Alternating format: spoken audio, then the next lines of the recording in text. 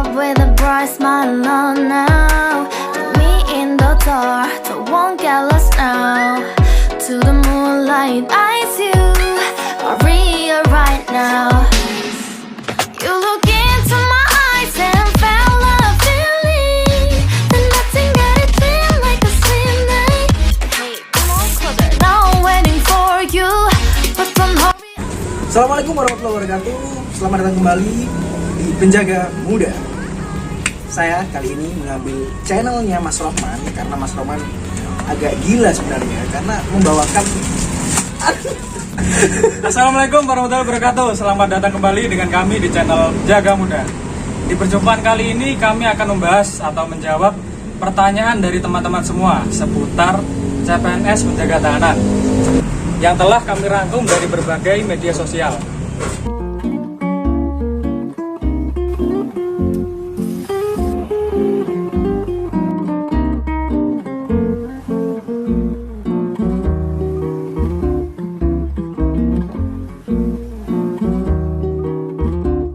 Sebelum kita mulai, izinkan kami memperkenalkan narasumber kami, yaitu seorang penjaga tahanan angkatan 2017, yaitu Halo, nama saya Muhammad Aldian Profiki, lulusan CPNS angkatan tahun 2017, yaitu satu kantor dan satu leting bersama dengan Mas Rohman, milik channel akun Penjaga Muda. Ya, sebelum kita mulai, saya ada pertanyaan untuk Mas Aldian. Tolong Mas Aldian berbagi pengalaman kepada teman-teman semua atau adik-adik kita yang tahun ini ingin mendaftar menjadi CPNS penjaga tahanan. Silakan Mas Aldian, pengalamannya bagaimana? Oke, saya mulai dari tahun 2017. Ketika itu saya baru lulus dari SMK, Sekolah Menengah Kejuruan, dengan jurusan multimedia. Saya berniat untuk mendaftar di perguruan tinggi negeri dengan jurusan ilmu komunikasi. Tapi banyak PTN yang tidak bisa menerima saya karena mungkin dari tes saya kurang memadai. Kurang pintar. Ya, mungkin seperti itu ya. Cuman Allah berkehendak lain. Ketika saya bersama teman-teman saya, ada salah satu teman saya berbicara tentang CPNS atau PNS. Saat itu saya kurang tahu PNS apaan sih kerjaannya. Akhirnya teman saya ngasih saya koran. Waktu itu saya tahu dari koran bahwa pembukaan CPNS tahun 2017 dengan penerimaan 21.000 seluruh Indonesia. Mungkin kalau salah mohon dikoreksi ya teman-teman. Karena waktu itu saya melihatnya dan membacanya seperti itu. Ketika itu saya pahami blog dan websitenya, saya masuk mendaftar menggunakan NIK. Jadi tahu informasi pertama dari koran? Dari koran, dari teman saya, dari teman yang ikut mendaftar, mungkin sekarang tapi nggak diterima dia, kasihan juga dia. Belum rezeki mungkin. Siapa betul. tahu rezeki tahun ini yang mau mendaftar. Ya. Amin. Kemudian saya izin ke ibu saya. Waktu itu ibu saya udah PHK dari kerja di salah satu BUMN. Saya nggak sebut namanya karena mungkin nanti ada. Ini disclaimer aja ya. Akhirnya saya izin ke ibu saya. Ibu saya ya udah nah nggak apa-apa. Mungkin itu rezeki kamu jika kamu diterima di PNS. Ketika itu ibu saya bilang ya udah kamu kuliah tahun depan aja ketika kamu nanti nggak lolos daftar CPNS atau perguruan tinggi negeri tahun 2017. Saya sempat down waktu itu karena setahun saya akan menganggur. Tapi ternyata setelah saya lihat ada penerimaan CPNS besar-besaran seluruh Indonesia di tahun 2017, saya nggak ada niat sama sekali untuk jadi PNS. Ini jujur ya Mas ya. Berarti dari awal nggak ada niat? Nggak ada niat dan nggak tahu penjaga tahanan itu seperti apa. Karena setahu saya, mungkin orang-orang yang dihukum itu dihukumnya di Polres. Kalau mungkin Polri, tahanan Polri ya nggak sih? Tahanan Polri. Ini baru tahu saya kalau teman-teman itu memang posisinya lagi ada di Penerimaan. penerimaan. Seperti yang saya tadi tanyakan, Anda baru pertama kali daftar CPNS. Biasanya yang baru pertama kali daftar CPNS itu kebanyakan gagal di administrasi. Betul. Nah, Banyak kan gagal di administrasi karena kurangnya pemahaman informasi dari persyaratan tersebut. Seleksi administrasi adalah pengumpulan berkas untuk dicek kembali oleh kantor wilayah kelengkapan berkasnya untuk pendaftaran. Yang pertama adalah pahami dulu segala informasinya. Jika yang diminta cuma SKCK, lalu KK, NIK, ijazah SMA, sudah itu yang dilampirkan, jangan lebih dan jangan kurang. Di tahun 2017 kemarin itu administrasi tidak dipakai scan, kita mengirim lewat PO Box. oh iya betul. Jadi yang Lewat kantor pos berarti? ya betul, lewat kantor pos. Ditujukan ke kantor wilayah provinsi tersebut. Ya setelah lolos administrasi mungkin butuh waktu sekitar 2 minggu kalau nggak salah ya Mas Roman. Ya, Untuk sekitar 2 minggu sampai 3 minggu. Sampai 3 Pengumuman. minggu menunggu pengumuman lolos seleksi administrasi. Kemudian dari pihak kantor wilayah kita dikirim dari nomor yang kita daftarkan Ya. untuk seleksi CPNS, kami mendapat informasi bahwa akan ada jadwal seleksi yaitu CAT. Setelah lolos CAT CAT, itu SKB nggak sih Mas? bukan SKD no. SKD ya. Seleksi kompetensi dasar. Seleksi kompetensi dasar, Ya. SKB 1 dan SKB 2. SKB 1 adalah tes kesemaptaan, SKB 2 adalah PFK. Wawancara pengamatan fisik Ya, dan dan keterampilan. keterampilan, betul sekali. Setelah itu baru pengumuman terakhir dinyatakan lulus atau tidak. Lolos atau tidaknya dan alokasi penempatan seluruh UPT. Seluruh UPT provinsi. Provinsi. Ya, jadi sekian dulu sedikit pengalaman dari rekan Adrian mengenai pendaftarannya sampai akhirnya jadi seorang penjaga tahanan. Pertanyaan pertama datang dari Dwi Aryani. Berkas administrasinya apakah menggunakan sertifikat komputer? Silakan jawab, Adrian. Untuk seleksi administrasi, jika memang yang tidak diminta tidak usah dikirim, kecuali nanti PFK seleksi akhir SKB kedua. Itu baru disertakan Nah, ya. untuk tunjangan nilai Anda adik-adik. Jadi intinya nggak pakai ya? Nggak pakai. Untuk pendaftaran administrasi awal nggak usah. Pertanyaan kedua, Haryo HP. Izin bertanya, daftar CPNS apa bisa hanya pakai SKL tanpa ijazah? Terima kasih. Silahkan. Jadi pakai SKL bisa nggak? Surat keterangan lulus itu. Kan ijazahnya belum keluar. SKL. Sepertinya bisa sebenarnya ya. Dari tahun-tahun kemarin itu kayaknya bisa. Kalau aturan belum berubah. Mungkin. Nah, kalau aturan belum berubah mungkin bisa. Mungkin bisa. Karena SKL. ketika administrasi yang diperlukan itu nomor DN di kelulusan itu Mas. Oh, ijazah itu ya? Ijazah, Ah. betul. Tapi kalau mungkin ada toleransi atau Kebijakan baru. kebijakan baru dari aturan tersebut mungkin bisa. Jadi tunggu kebijakan terbaru. Untuk pengalaman tahun-tahun kemarin SKL bisa. Pertanyaan ketiga dari Juwita Suster. Maksimal usia berapa ya daftar sipir lulusan SMA? Nah, Silahkan jawab. kalau di pengalaman tahun 2017 itu maksimal sipir di umur kalau nggak salah 30 nggak 28 ya? Mas? 28. 28. Maksimal betul. 28. 28 tahun. Ya. Karena Kalau itu- yang ijazah S1? Ijazah S1 sampai 30 tahun kalau nggak 32. Iya.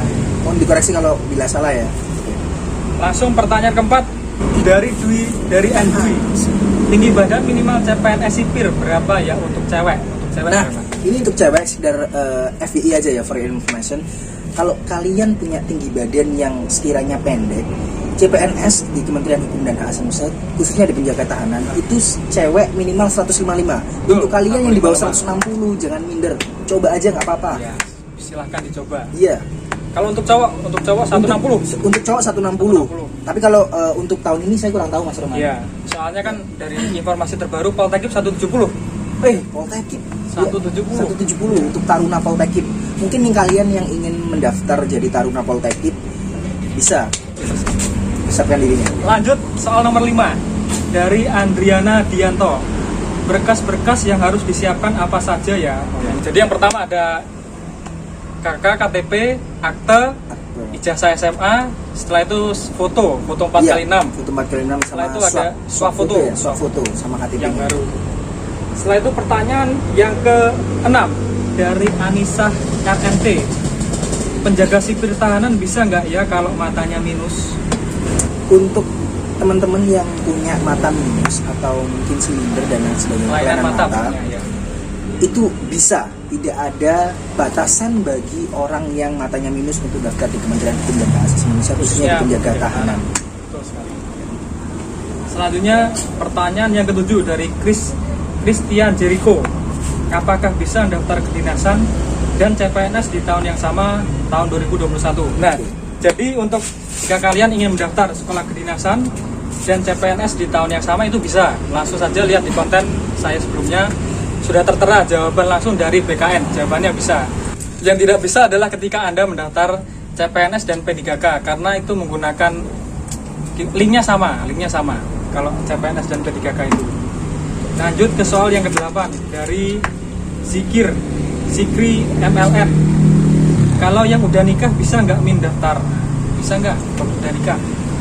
Bisa dong. Bisa. Tidak ada batasan untuk orang yang udah menikah daftar di CPNS dan Kemenham.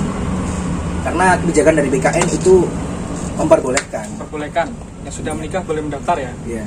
Selanjut soal berikutnya dari Rahmat Novi 17. Mohon infonya apa saja yang harus disiapkan untuk penerimaan Kemenkumham. Nah, Apa saja yang harus disiapkan? Berarti menyeluruh ini. ini menyeluruh, ini agak panjang juga nih Mas, Nah. tapi kita singkat aja ya. Singkat aja. Yang pertama perlu disiapkan adalah ketelitian membaca informasi Benar. dari berbagai situs atau sosial media mengenai pendaftaran CPNS Kemenkumham yang pertama.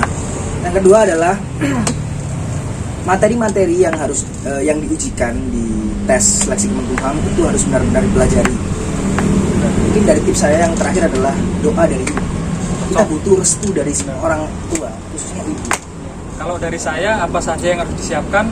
Yang pertama, siapkan mental kalian. Nah, Siapkan kesehatan kalian. Setelah itu, siapkan fisik kalian. Karena ada tes kebugaran jasmani setelah tes CAT.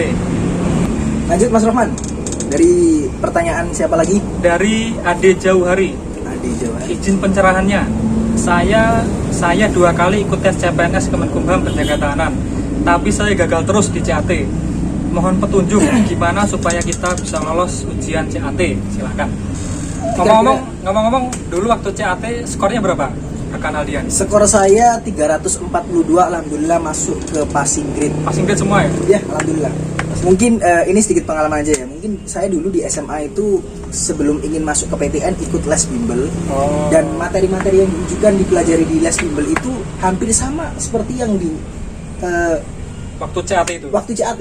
Hampir sama seperti yang disoalkan di waktu CAT. Jadi nggak beda jauh. Contoh TWK, tes wawasan kebangsaan, itu meliputi dari mungkin ketetapan MPR, undang-undang dan lain sebagainya. Itu kalau menurut saya itu tidak usah dipelajari, cuma dipahami aja sedikit banyaknya tentang birokrasi pemerintah. Mungkin itu masalah. TU, TKP? TKP, TIU dan TKP itu mengenai hitungan bilangan, yaitu ya mungkin saya juga kurang suka sih gitu. tentang hitung-hitung. Cuman alhamdulillah lolos karena waktu itu les sudah diajarkan semua. Oke, jadi itu saja mungkin yang harus disiapkan untuk menghadapi CAT. Sering berlatih soal-soal. Betul sekali. Intinya itu. Yuk lanjut Mas Ruman. Selanjutnya dari Sukarsing. Mohon info kira-kira tamatan SMK bisa tidak ikut daftar CPNS Konsuspas. Nah, ini pertanyaan dari yang pertama tadi ya. Betul. SMK ya. Saya mau bilang kalau memang posisinya SMA atau sederajat itu bisa, karena posisinya saya juga dari SMK, jurusan multimedia. Segala jurusan berarti ya? Segala jurusan, iya betul sekali. Selanjutnya pertanyaan dari Muhammad Rifal. Bang mau tanya, berkas dilegalisir nggak atau pas udah lulus baru dilegalisir? Untuk berkas di seleksi administrasi yang pertama tidak perlu dilegalisir karena posisinya cuma di scan PDF. Ya. Betul nggak Mas Roman? Ya, yang asli difoto, di scan PDF. Iya. Pertanyaan selanjutnya dari Putra Mardiono. Emangnya Poltekkip dan Poltekim sama sipit penjaga tahanan bedanya apa? Nah, ini Tuh. mungkin pertanyaan unik Banyak juga. yang belum tahu, banyak Ya, yang belum belum tahu. Kalau Poltekim itu adalah sekolah ikatan dinas yang memang asli dibiayai dari pemerintah tanpa membayar sepeser pun. Ya. Mulai dari TID, tunjangan ikatan dinas. Kalau nggak salah teman saya waktu itu 500.000 ya. Dapat tunjangan, malah dibayar. Malah dibayar. Ya. Itu. Dan setelah lulus dari sekolah Poltekkip, Anda langsung bekerja tanpa harus mencari. Ya. Dan itu dijamin langsung jadi Langsung bekerja. Dengan PNS. pangkat golongan? Dengan pangkat golongan 3A Ya. atau penata muda. Penata muda.